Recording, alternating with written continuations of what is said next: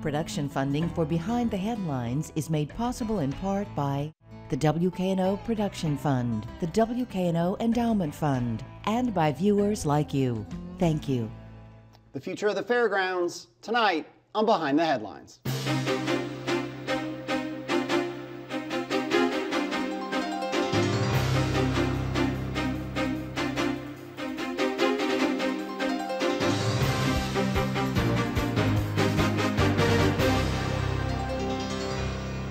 I'm Eric Barnes, publisher of the Memphis Daily News. Thanks for joining us. We're joined tonight by Marvin Stockwell, co-founder, Friends of the Fairgrounds. Thanks for being here. Thanks for having me. Paul Young is Director of Housing and Community Development for the city. Thanks for being here. Thanks for having me. Fred Jones, founder, the Southern Heritage Classic. Thanks for joining us. My pleasure. And Bill Dries, senior reporter with the Memphis Daily News.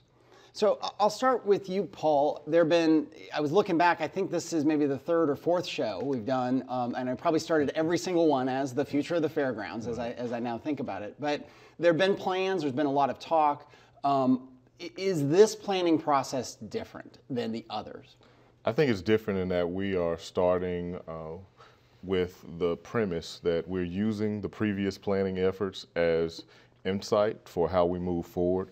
We're not starting with a blank slate because we understand that the community has given a lot of input on this site, and so we want to take the input that's been received to date and try to put it on an aggressive timeline. As many people know, we have a significant opportunity to utilize what is called the Tourism Development Zone, TDZ, as we always refer to it, and this allows us to use it allows us to use the growth in sales taxes beyond the increment that exists today.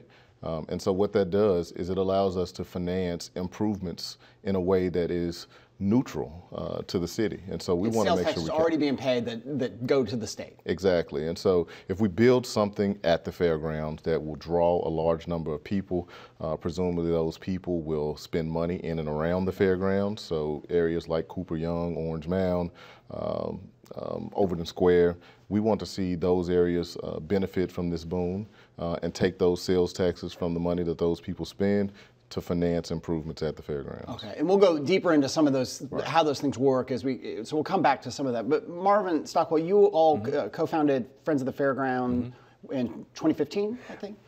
Early 2016. Okay, yeah. And tell people who don't know what Friends of the Fairgrounds is. So Friends of the Fairgrounds, we had a stakeholder input process where we talked to all of the organizational stakeholders on or adjacent to the fairgrounds and all the neighborhoods around, so Orange Mound, Cooper Young, Beltline, Humes Heights, my neighborhood, Chickasaw Gardens, Glenview, and Edwin Circle.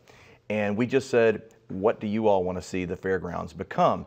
And what we got was a picture of community needs that these neighbors and the organizational stakeholders said they'd like to see the fairgrounds address.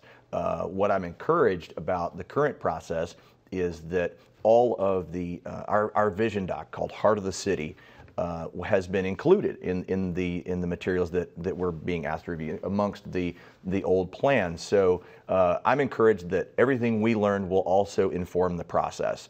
And the reason we're still involved is because we're really encouraged by the transparency that we've seen, and we hope that will continue. And we hope that we can find that win-win where we have something that fulfills the requirements of the TDZ application, leaves open the possibility for other ideas, other funding streams, and also keeps in mind the needs that the stakeholders have addressed. Right, and we'll come back to you and get some of the input you heard through all the process, but let me get Fred involved. Fred, the Southern Heritage Classic has been held at Liberty Bowl since when? 1990. And for people who don't know what it is, and give us your pitch, give us your history and what the significance of the game. Well, it started off at this football game between Tennessee State and Jackson State, but we had developed it into a really big community celebration, and it has kind of taken on a life of its own. Yeah. But the idea originally was just football game. But when you add entertainment, when you add the community, when you add economic development, tourism, all of that became a part of what is now the Southern Heritage Classic. But it started off with just this football game. And for you, I mean, this, as you just said, this very successful game that's become more than a game. For you, the Liberty Bowl and the fairgrounds have worked. I mean, are you wary of change, or are you excited about the possibility of more improvements around that area? I'm not worried of change because it's changed already. I mean, you go from when we started, you know, you had a lot of cattle barns and everything out there. Now we got a clear space called Tiger Lane. So being in the business that I'm in and been in a really long time, you adapt to change, you know, but you just have to, whatever's going to happen, you want to be able to coexist in what's going, what's there. Right. So we can adapt to the change. There are certain things that they like to keep in mind. Right, such as, and then we're going to build it. Go ahead. The biggest thing is, you know, how we can accommodate all these people. Yeah, which is in part just a simple issue of parking and transit, right, and getting people in, getting people out. Absolutely. I mean, there's a lot of factors in that, and hopefully, in this planning process, they will keep that in mind. Because, for instance, right now, I've got 500 tailgate spots that they all been sold since August 1st. Yeah. So, and the event is not until September 9. Yeah. So, you know, it's something that you had to keep in mind. But I want to make clear that I'm not against change. Yeah. I just want to make sure that we are able to exist in this change, whatever this change ends up being. Bill. So, to that point, Fred, can these large events that fill the Liberty Bowl, 65,000 seats plus, and a lot of tailgating, people who are tailgating who might just go to that and not to the game, how difficult is it to coexist with new uses at the fairground? I guess it depends on the geography and where those new uses are and new facilities are. Well, I think that, you know, Paul mentioned earlier about the Urban Land Institute study. In that study, they did not mention a football game. So, you know, the football games are going to be here. For me, you got 10,000 plus people tailgating. You'll have 40, 50,000 people at the game. What are we going to do with all of these people, with all of these other things going on? So it just being a part of the process, not to dictate what's going to happen, but whatever happens, you keep that in mind that a major happening is going to happen at this fairgrounds. And for us, the happening impacts the entire city. You know, so it's not what just happens at the fairgrounds. You spread out all over town, have a major impact. So that's always been my concern. But again, I want to repeat this again. It's not about being against change, but when you make these changes, can this football game, the way it is right now, and you hope it's going to get bigger. 3 or 4 years from now, you hope that you have more people. What you're going to do with them, where you're going to put them. So that's my concern. For Paul, talking about the plan, I think sometimes I've certainly been guilty of it, of just focusing on, okay, what can you do here? What can you do here?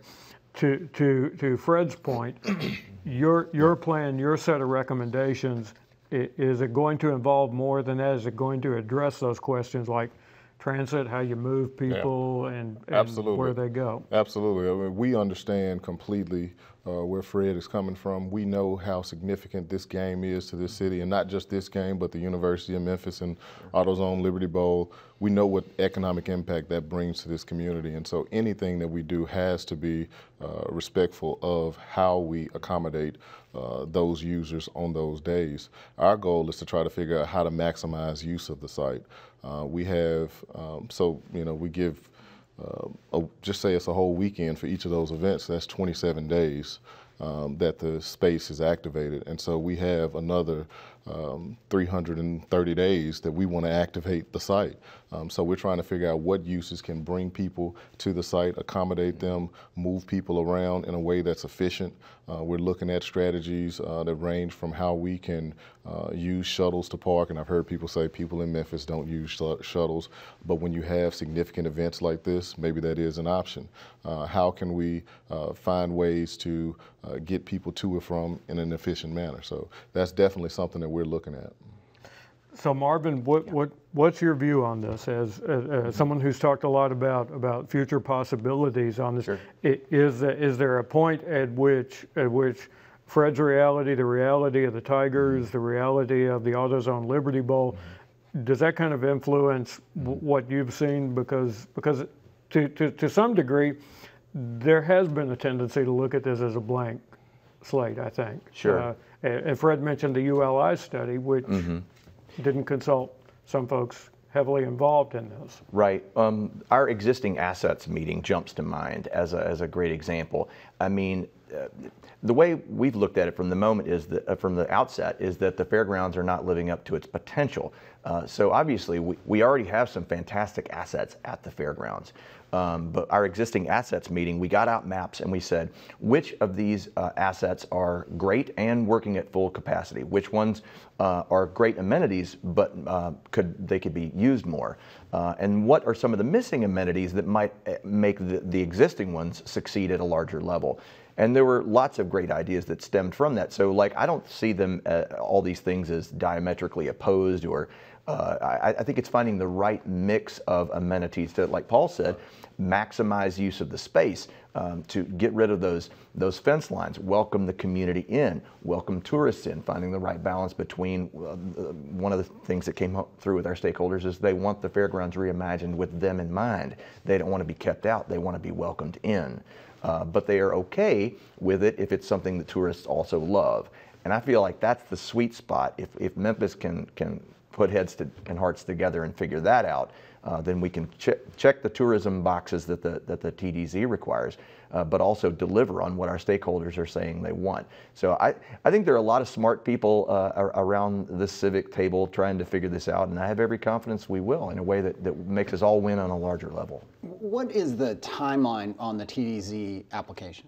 So our goal is to submit an application by the end of the year. And the reason that we want to submit it by the end of the year is because it's been 10 years since the initial application was submitted.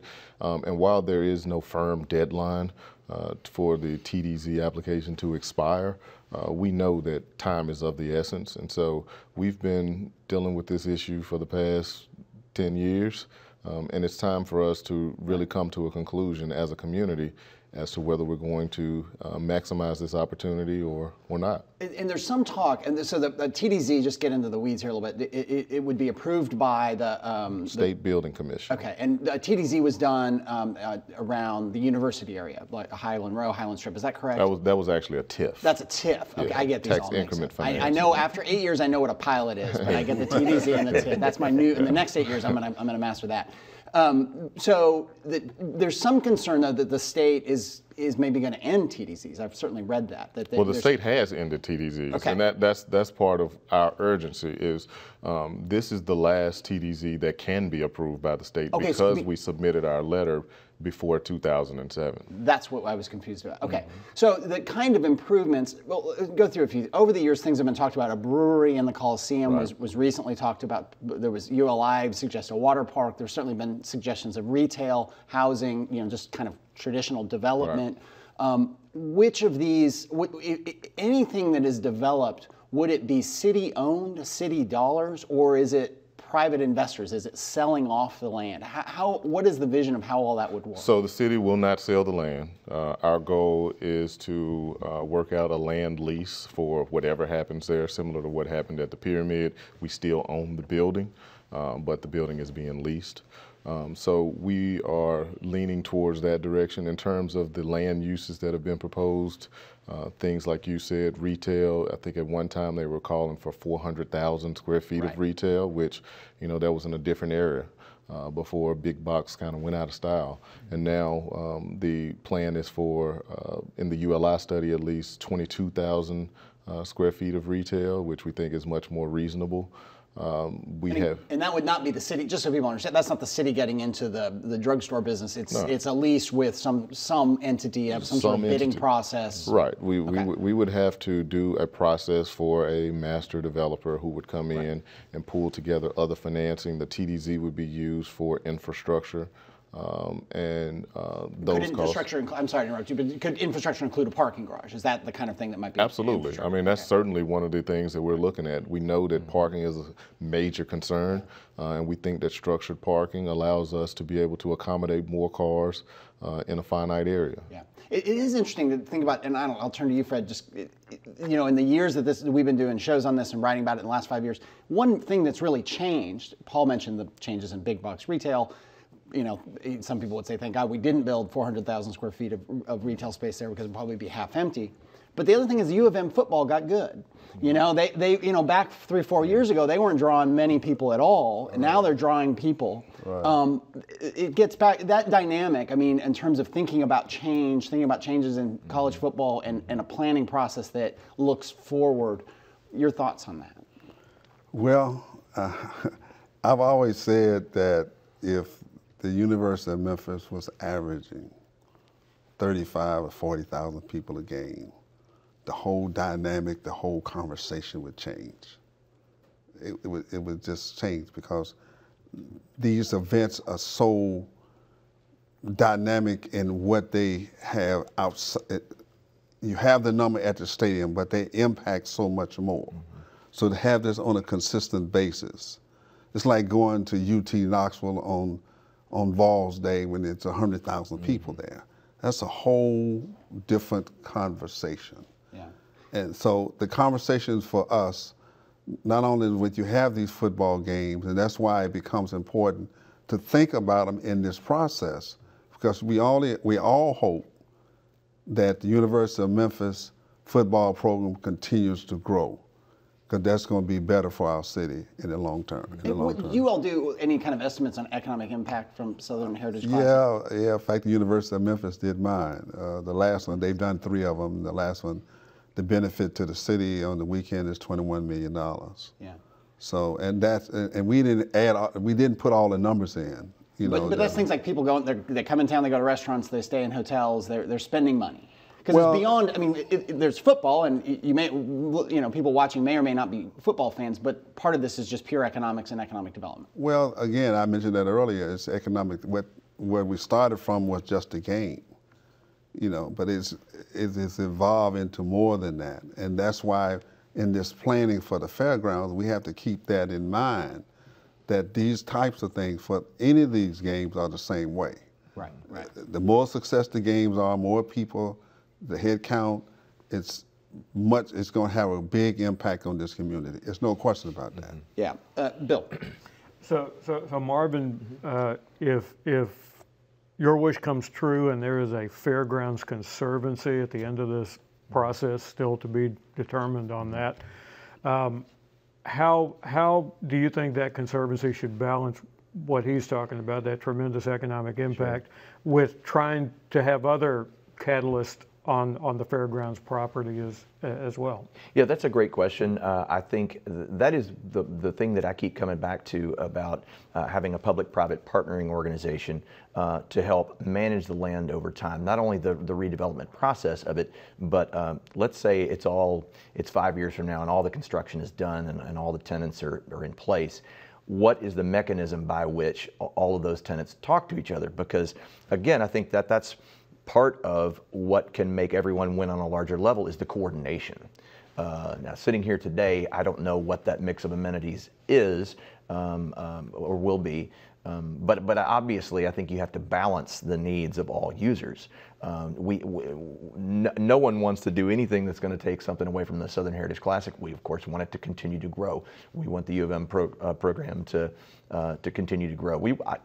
My overarching goal is just to see something that's right in the center of our city be all it can be, to be a vibrant center of more activity and to be used more often than it is. The particular mix of amenities, whether or not there's a parking garage certainly seems likely to me, whether we reopen the Coliseum or not, which I think people are starting to realize that's not so undoable, although I know has a host of things that would fill in its own show. But I think it's impossible to know exactly which mix of amenities we'll end up with, but I think they can all work in harmony. They can all make each other better.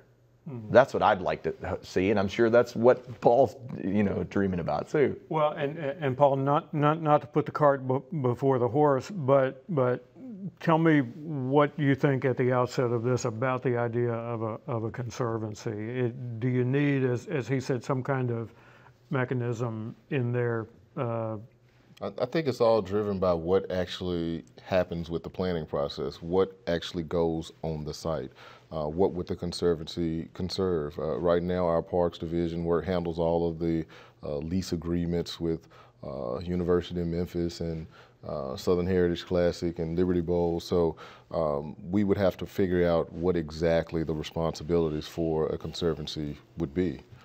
But I think the city's open to the idea. We also need to figure out what assets physically go on the site. Right now, I think it's important to note that the site is already excellent. There are great things that are happening at the fairgrounds today with the Children's Museum, with all of the events that are hosted around football, with the stakeholders that we just mentioned, with the Kroc Center. All of these assets are excellent. Right now at the STEAM Academy, Maxine Smith STEAM Academy has been excellent for this community. So we want to build around those existing excellent assets. Someone mentioned the Coliseum. Paul Young, what's going to happen with the Coliseum? I don't know. I don't know. I was talking to somebody the other day, and I was telling them, I'm a fan of the Coliseum. I graduated from high school at the Coliseum. I think it's a great structure, but our goal is to make sure that the numbers make sense.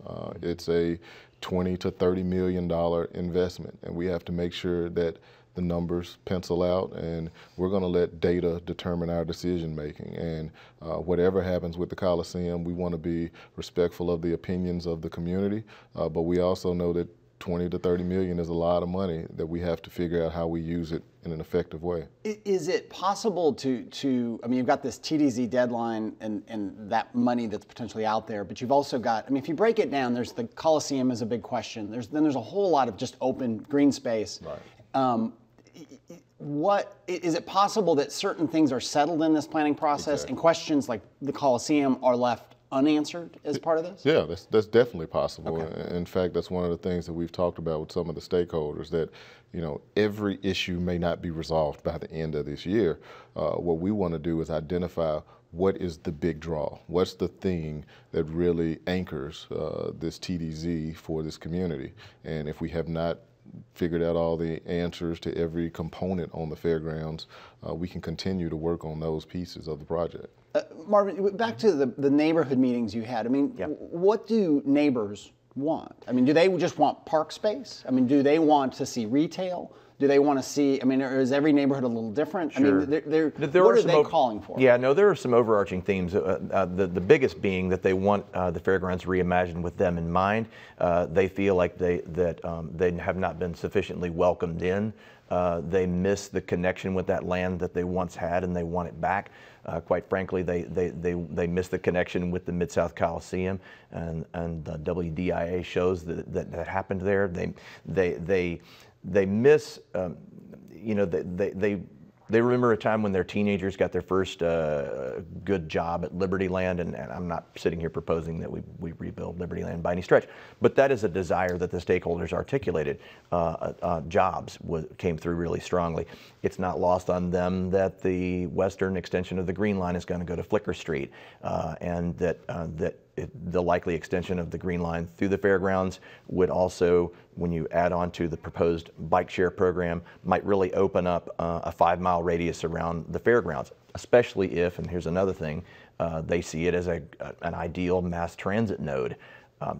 Do I know how to solve those things today? I don't, but our stakeholders want it to be a safe, fair place for everyone with forward-facing, healthy amenities where families can go and enjoy and fellowship together, and they want healthy things for their families to be able to do. Yeah, Fred, from your point of view, I mean, if you just be selfish for a second, just think about the Southern Heritage Classic. What are the one or two things you would love to see done that would, is it a hotel? Is it restaurants there? Is it amenities for the event that would be the thing you would say, that's what I would love to have? Well, being selfish, I wouldn't propose anything specifically for the Southern Heritage Classic. It would have to be city-driven for me, community-driven, where it makes sense. And I've been on the record for a long time with this, that the Coliseum is special to me, because at one time I was on the board of the Coliseum. Elvis is here now, and I remember seeing one of the Elvis's, I saw Elvis's last show that he performed at the Coliseum. So, but for me, it has to be about what the community, something that the community can embrace, because as I said earlier, I'll adapt to the change. But we got to, today, people expect to be serviced and accommodated when they come to an event. As big as the stadium is, as big as the FedEx Forum is, the Orpheum, it doesn't matter, Landers Center, they want to have some accommodations, and definitely need to do that. All right, well, we will give you the last word right there. Thank you all for being here, and thank you for joining us. Join us again next week. Good night.